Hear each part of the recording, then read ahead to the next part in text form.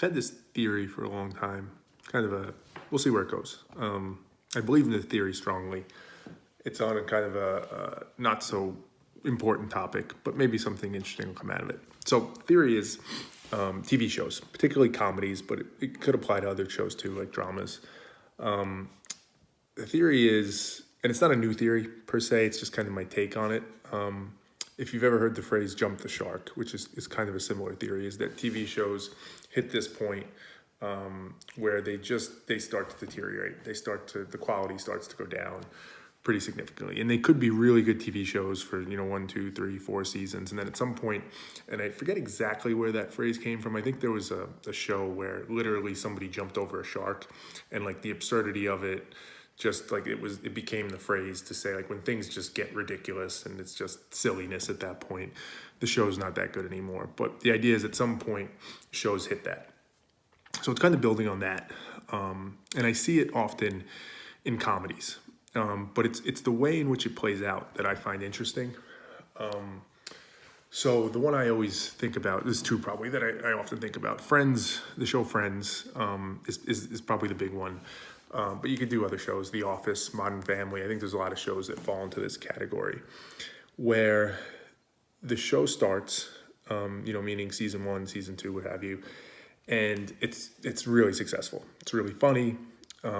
It's somewhat novel, typically in the concept behind it. The characters are interesting. They're unique. And what I often find is there's a realness to it. There's a subtle realness to it, which is part of what makes these shows so successful, right? You think about Friends. It was just a group of, 20-something-year-olds living in New York City, hanging out at a coffee shop, nobody terribly successful, just trying to get by. So there was some love interest involved, all those types of things.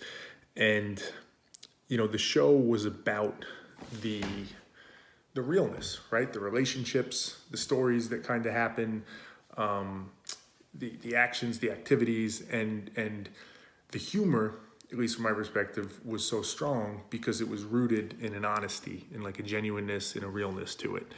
Obviously the characters are good, the writing was good, all those things. But then as the seasons go on, a weird thing starts to happen where as they're successful, the show as well as the characters, it starts to transform a little bit.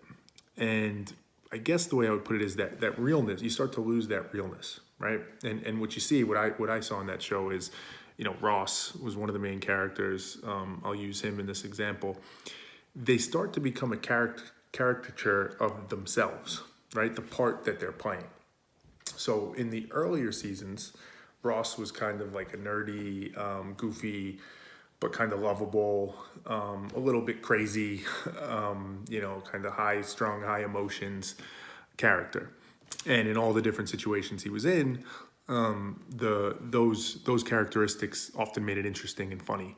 And again, in many ways, because it felt very real. You knew somebody like that. And the way he responded to certain situations, it felt real and relatable, right? If something happened, if the girl, I think, Rachel, who he was in love with, if she started dating a new guy, his reaction to that and the way he talked to his friends about it, it had all those characteristics of his personality in a very real way, and people could relate to it.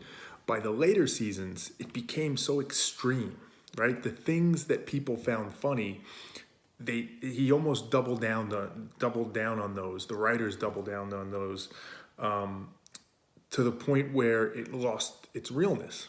And I feel like there's a little bit of a parallel to some of the things we talk about where like it's almost like a confidence, right? Once you strike a chord with an audience that seems to work, you double down on that. And in this show, in this case, that's what happened. The fact that he was a little bit high strung, the fact that he was a little bit kind of quirky and nerdy and goofy, that became the focus. And they doubled down and they went to the extreme on that and said, hey, that's what makes this funny. Not recognizing it wasn't the trait, like the traits, yeah, they were relevant, but it was that realness of it. It was the trueness of it that actually made it funny, to the point where now, you know, there was episodes where somebody that he worked with ate his sandwich that he labeled was his, and he lost his mind and started yelling and, you know, flipped out, and that was meant to be funny, right? That's funny, right? That's what Ross does. He's high strung and he flips out and he wears his emotions on his sleeve. So we'll make this scenario happen and that'll be funny. Well, no, right? Because in season 1, when the girl he loved was dating somebody else in front of him, he didn't lose his mind and scream and flip out. He was upset, but it was the subtle cues, right? It was seeing it in his face. It was the little side comment he made to his friend. It was all that stuff that you knew he was upset, but he handled it the way a normal person, a real person would. He didn't lose his mind. But now in season 6, when somebody eats a sandwich out of the refrigerator, a way less significant event, now he loses his shit and he flips out. And you could almost feel that from the actor, from the writer perspective, they're thinking like, yeah, this is going to work. This has to work because this is what people love. This is what was so funny. And they seemingly can't see it. They can't see that the nuance to it and what actually made it funny. And you see this, you could apply it to the other characters.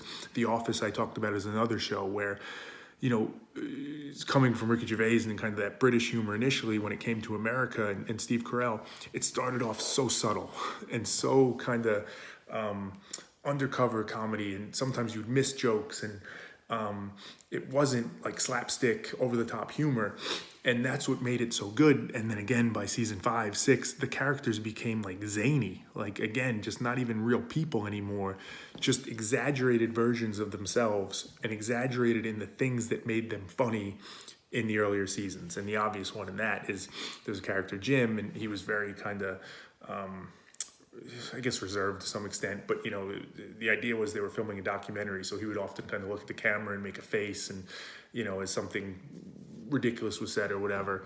But by season 6, you know, they exaggerated that look, right? And that the look's funny, so we'll make him do the look more, and we'll have him do it for a more extended period of time.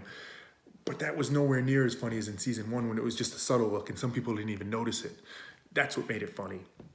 So I've always found that fascinating, that these shows that were so good, right? And seemingly the characters are good, the writers are good, everybody's good, the scenario is good, the context is good, how they could fall into that.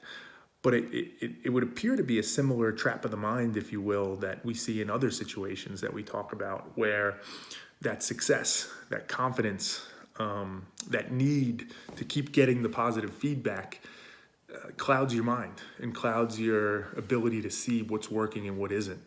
And when that happens, you just resort to simplicity. You revert to simplicity and say, hey, what are the things that seem to be funny? We'll just push on those, and that'll keep this going. What I found equally as interesting is for a lot of these shows, they remain successful well past where I would argue their prime is, right? The Office was on, I think, for like 8 seasons. I would argue that after season 3, it wasn't really funny anymore. Now, comedy is subjective, and obviously maybe that plays a part in it. So, you know, maybe that's the answer to it.